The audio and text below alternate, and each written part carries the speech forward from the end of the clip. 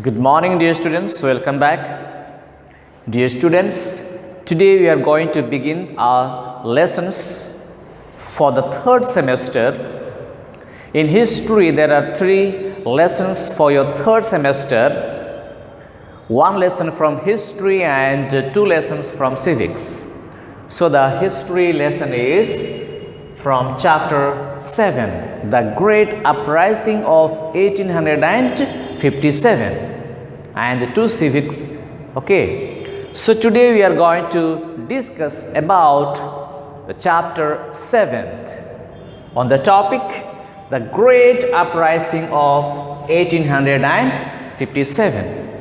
So dear students, as part of second semester, we have studied about the British rule and its impact, and we have studied various strategies of the British government which were implemented in India to extend and expand their territorial conquest in India. So today we are going to see various causes which led to the Great Uprising and revolt against the British rule in India. The Great Uprising of 1857. Dear students, we have already studied that the British government implemented or adopted various strategies to expand their territorial control on India. So the British conquest of India and the consolidation of British rule in India was not liked by the Indians. Indians were resented by the British rule in India. They tried to oppose the British rule. So this opposition to British rule culminated in the Great Uprising of 1857. In which millions of people came forward. There were millions of patients, artisans and soldiers who participated and revolted against the British rule in India. And it was for the first time there was such a huge revolt. For this reason, it is also called First War of Independence. And it shook the British government to its very foundation. Causes of the Great Uprising of 1857. There were various causes like political causes, socio-economic causes, military causes. Today we are going to discuss political causes of the Great Uprising of 1857. So dear students, there were various political causes which paved way for the Indians to unite and to fight together against the British rule in India. So the British policy of control and gradual extension of the native Indian states was one of the major grievances of the Indian rulers. As we have seen that the British implemented rule in India and adopted various strategies to control the Indians. It forcefully implemented various rules. As a result, the Indians were not happy with the British rule in India.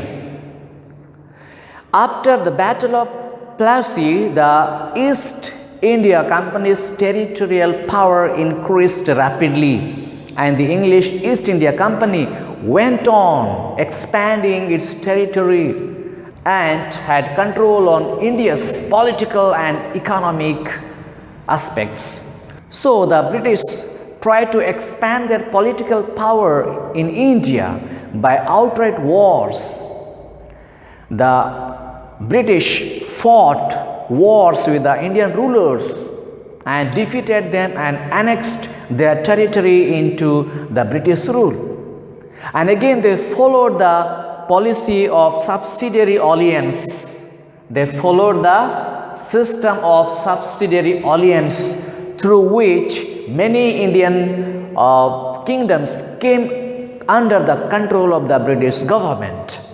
and by adopting the doctrine of lapse, they tried to annex many Indian kingdoms under the control of East India Company and on the pretext of alleged misrule.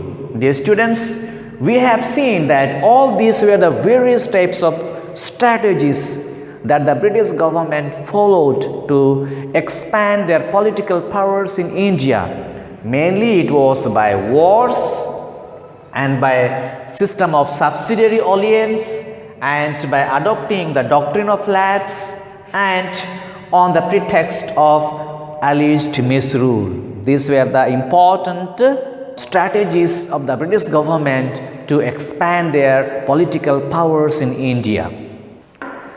Bahadur Shah Jafar, who was the last Mughal ruler, was under the protection of the company and received a pension from the British government. So Lord Dalhousie announced that the successors of Bahadur Shah Jafar would not be permitted to use Red Fort as their palace. In the year 1857, Lord Canning announced that after the death of Bahadur Shah, his successors would not be allowed to use imperial titles with their name. This decision of the British hurt the feelings of the Muslims, and consequently Jinnat Mahal, the wife of Bahadur Shah, began plotting against the British government. Next one was Nana Sahib, who was the adopted son of Bajirao II, the last Peshwa. The British refused to grant Nana Sahib the pension they were paying, and they forced him to stay at or to live at Kanpur. This was resented in the Maratha region. Rani Lakshmi Bai of Jhansi became the bitter enemy of the British when her adopted son was not accepted as the heir to the throne by Lord Dalhousie under the policy of doctrine of lapse, and Jhansi was annexed to the British rule. Next point is the Mughals, who had conquered India, settled in India. The revenue they collected from the Indians, they spent in India.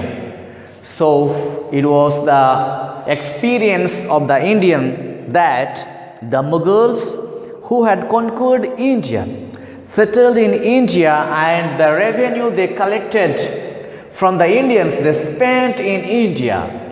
But in case of the British government, they felt that they were being ruled from England and India's wealth was being drained to England and it was not utilized for the welfare of the people of India. Next point is some Indian states were brought under the British control without actually annexing them. This was done by following subsidiary alliance introduced by Lord Wellesley. And in the year 1857, Lord Dalhousie annexed Awadh to the company's dominions of the pretext of alleged misrule. The people of Awadh had to pay higher land revenue and additional taxes on food, houses, ferries and justice. Dear students, these were the various political reasons which resented the people of India and united them to fight against the British government, and this was the political reason which resulted in the Great Uprising of 1857. So dear students, these were the various political causes which paved way for the Great Uprising of 1857. Try to watch this video and learn all these important points. Thank you.